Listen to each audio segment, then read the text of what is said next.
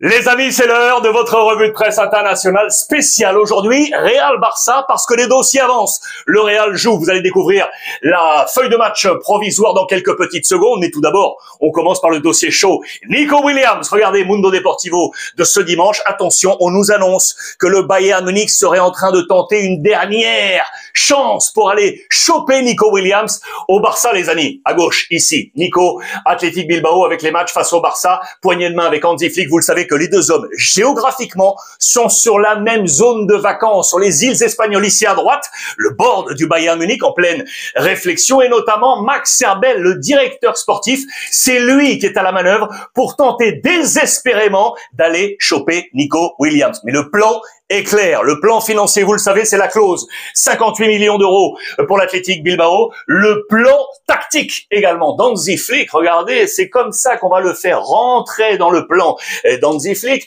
Tout d'abord, je vous rappelle une nouvelle fois qu'il a tous ses copains de la sélection espagnole. Là, au Barça, avec Gavi, avec Fermin, avec Yamal, bien évidemment, ici de dos qui est en vacances, vous le savez, au Brésil, avec Neymar. Attention, on nous le dit tout de suite, son arrivée dans ce plan pourrait amener des damnificados, des perdants. On parle de Lewandowski. Attention, je vous en parle, il pourrait sortir direction l'Arabie Saoudite. Pablo Torre ou encore Fermin. On zoome sur le plan d'Hansi Flick. Regardez ça et prenez le temps. Il serait ici, Nico Williams. Donc sur le côté gauche, normalement destiné à Rafinha, mais Rafinha pourrait passer dans l'axe. On nous dit très clairement que quand Rafinha est davantage centré, il est plus efficace face au but, il marque davantage. Il passerait ici. Et du coup, Dani Olmo et Fermin. Fermin perdrait ainsi du temps de jeu. Dani Olmo pourrait passer là en faux numéro 9. C'est une opération que le Barça pense depuis déjà plusieurs mois et du coup perdrait du temps Lewandowski et Ferran. Regardez, je vais y revenir sur ces deux hommes. Lamine Yamal serait donc à droite. Ferran pourrait osciller entre ces deux postes. Pedri ici, De Jong. On parle de Gavi, on parle de Casado et on parle de Bernal. Attention parce que vous l'aurez compris, il peut y avoir des sortants et notamment Lewandowski, les amis. Regardez, page intérieure avec Sport et Mundo Deportivo, on nous dit très clairement que l'Arabie Saoudite a toujours un œil sur Lewandowski. Que va-t-il se passer? Je vous le rappelle, au total, il est déjà à 147 matchs avec le Barça, 101 buts marqués depuis qu'il est arrivé en 2022. Insistance absolue. Que va vouloir Hansi Flick? Garder ou non l'international polonais qui a été relancé par Hansi Flick. Il perdait ce temps avec Xavi. Il était sortant il y a encore quelques mois avant l'arrivée de Flick. L'Arabie Saoudite avait été une possible destination. Flick l'a relancé. Il est à la réflexion. Vous le savez que le Barça est également sur la piste Perisic du PSV Eindhoven. Il était en fin de contrat. Bien le PSV contre-attaque avec 2 années possibles pour l'enlever de la liste d'Hansi Flick. Attention également. Donc si Lewandowski venait à sortir, je viens de vous en parler sur le plan de possibilités. Je vous ai parlé de Dani Olmo, je vous ai parlé de Ferran Torres, mais attention, on nous parle également de Julián Álvarez de l'Atlético Madrid, mais ça semble très compliqué. Et le Cholo Simeone veut le garder et les conditions financières seraient ultra difficiles. Le gourou de la Porta, les amis. Est-ce que vous vous souvenez de ce visage? Les plus connaisseurs, oui. Ralf Rangnick, lui qui a été un temps intérimaire à Manchester United, qui est plutôt un homme de board sportif, qui est aujourd'hui le sélectionneur autrichien. Je vous ai mis ces derniers temps de passage, notamment dans toute l'énergie Red Bull, avec Leipzig, avec New York.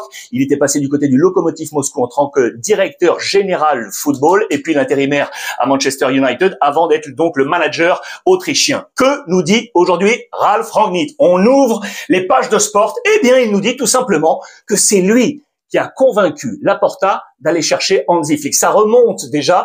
Il nous dit très clairement qu'ils ont été les deux hommes ensemble à discuter. Pourquoi? Parce que le président Laporta, lorsqu'il s'est relancé à la candidature à l'élection du Barça, il aurait rencontré du coup Ralf Rangnick pour être son directeur sportif. Il cherchait un directeur sportif, il l'avait mis sur sa liste et à ce moment-là, dans cette discussion, il nous dit très clairement, Ralf Rangnick, que c'est lui qui a donné le nom d'Hansi Flick au président Laporta. Aujourd'hui, les bénéfices de tout ça, regardez ce que nous dit entre guillemets verbatim ici Ralf Rangnick, à cette allure, personne ne pourra contre-attaquer face au Barça et au Paris Saint-Germain. Il juge que ces deux formations, pour l'instant sur la scène européenne, ont la meilleure des politiques, notamment avec les jeunes, pour faire que ce seraient les deux formations les plus puissantes d'Europe. À la question sur le Real Madrid, il le dit très clairement, il va falloir du temps pour Xabi Alonso pour remonter une équipe. C'est l'avis en tout cas de Ralf Rangnick, qui serait le gourou donc du président Laporta. Le Real Madrid qui joue ce soir, les amis. Match ultra important face à Pachuca. Les Mexicains, voici le plan probable, voici la une de As.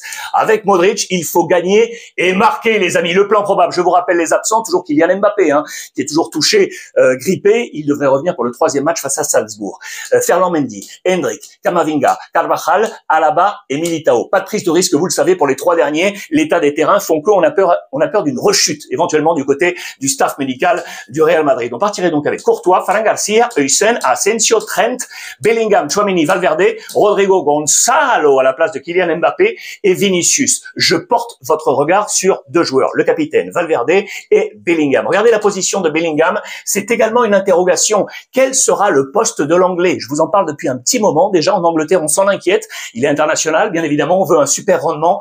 Comment Xabi Alonso va bonifier, capitaliser sur le talent de Bellingham? À quelle place? Il faut voir dans ce deuxième match qu'est-ce qui va se passer. Puis la vengeance du capitaine, et pour cause, vous le savez, Valverde a manqué le penalty à l'ultime minute face à l'international marocain Bounou d'Al Hilal pour faire que le Real Madrid ne prenne qu'un point de match nul face à la formation d'Al Hilal. Et du coup, il faut marquer et s'imposer face à Pachuca. Et puis, je vous le disais, balones a Gonzalo. Kylian Mbappé n'est pas là, c'est donc le jeune joueur de la Cantera, une nouvelle fois emmené par Xabi Alonso, qui est en train de marquer des points.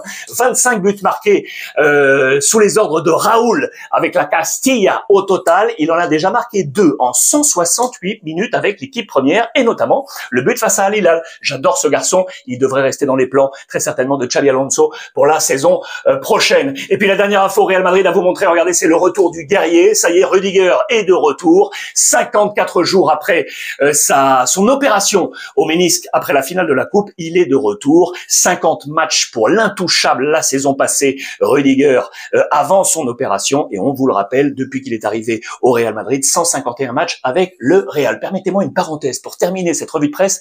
Je voulais saluer mon oncle que j'adore, mi tío, tonton Jock, comme je l'appelle, Joaquin. Il habite à Oviedo, les amis, dans le nord de l'Espagne, les Asturies. Eh bien, regardez, Oviedo, les Bleus d'Oviedo sont de retour en première division. Ça a été un match de fou furieux, avec un but dans les ultimes secondes pour faire que Oviedo, en match aller-retour de play-off face à Mirandes, monte en première division. Regardez la foule, 24 ans après, Oviedo est de retour. Je vous en montre ces images. Pourquoi? Parce que j'adore également ce joueur, Cazorla, les amis. Cazorla, Santi Cazorla, qui a fait tout pour revenir dans son club de cœur. Regardez, il était là-bas tout petit, il a grandi à Oviedo, cette carrière internationale, notamment du côté d'Arsenal, pour aujourd'hui revoir complètement ses émoluments et puis faire qu'il aide, qu'il apporte le coup de main. Il a marqué dans ce match, entraîné par Paunovic, une ancienne gloire d'Oviedo.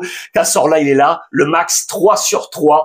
Oviedo a été incroyable dans les derniers temps de championnat, avec 24 points pris sur les 10 derniers matchs, 24 points sur 30 pour accéder ainsi au play-off et voir le Graal qui est tombé hier soir. Ça a été absolument incroyable. Voilà, je voulais saluer parce que je l'adore, Santi Cazorla, et saluer mon petit tonton Jock qui regarde tous les jours cette revue de presse. Merci à vous tous, les amis. Pardon pour cette petite voix qui est en train de s'échapper.